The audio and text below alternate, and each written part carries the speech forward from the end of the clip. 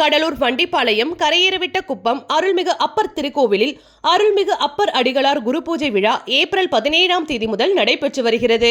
காலை அருள்மிகு அப்பர் அடிகளார்களுக்கு அபிஷேக ஆராதனைகள் செய்யப்பட்டது.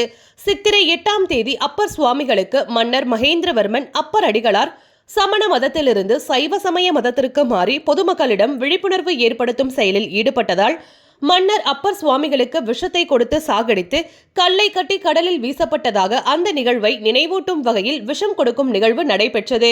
அதனைத் தொடர்ந்து பட்டத்து யானை ஏவுதல் நிகழ்ச்சி நடைபெற்றது. இன்று காலை மங்கள இசை இசைக்கப்பட்டது. பின்னர் கோபூஜை சிறப்பாக நடைபெற்று தீபாராதனை காண்பிக்கப்பட்டது. காலையில் அப்பர் அடிகளார் வீதி உலா நிகழ்ச்சியும் நடைபெற்றது. இந்த நிகழ்ச்சியில் சிவகணங்கள் மேலதாளத்துடன் வீதி உலா நடைபெற்றது. மாலையில் புலவர் வா ஞானப்பிரகாசம் அவர்களால் சிறப்பு சொற்பொழிவும் நடைபெற்றது.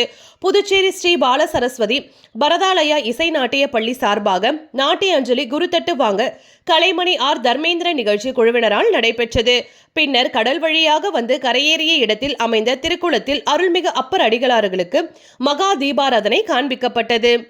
விண்ணர் கைலாய வாத்தியங்களுடன் ஆலயத்தில் வலம் வந்து அருள்மிகு அப்பர் அடிகளார் ஐக்கிய காட்சியுடன் அருள்மிகு அப்பர் அடிகளார் குரு பூஜை நிகழ்ச்சி நிறைவு பெற்றது.